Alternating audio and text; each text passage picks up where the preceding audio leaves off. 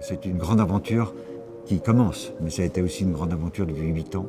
C'était la plus grande transformation de ce musée depuis Louis XV. Et on espère vraiment que tous les visiteurs en sortant se disent « la mer est importante pour l'avenir de l'humanité ».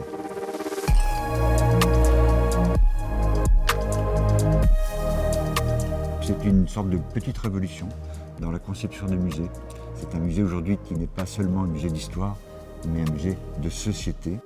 La mer est importante pour l'avenir, que ce soit dans les domaines de l'alimentation, le transport maritime bien sûr, c'est important pour le climat, mais aussi bien sûr en matière de défense. Et c'est bien l'ensemble de ces enjeux d'aujourd'hui et de demain que nous voulons aborder dans ce nouveau musée national de la marine rénové.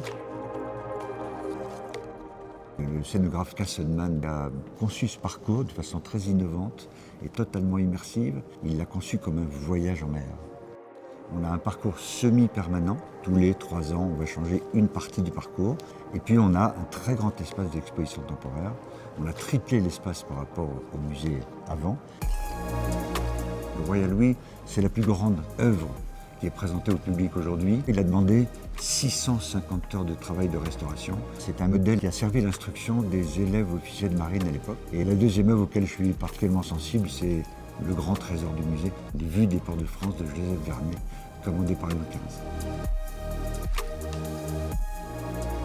Toute notre scénographie est faite autour d'expériences humaines. On ne devrait pas ressortir de ce musée comme on y est entré, on devrait sortir transformé, peut-être un peu plus marin.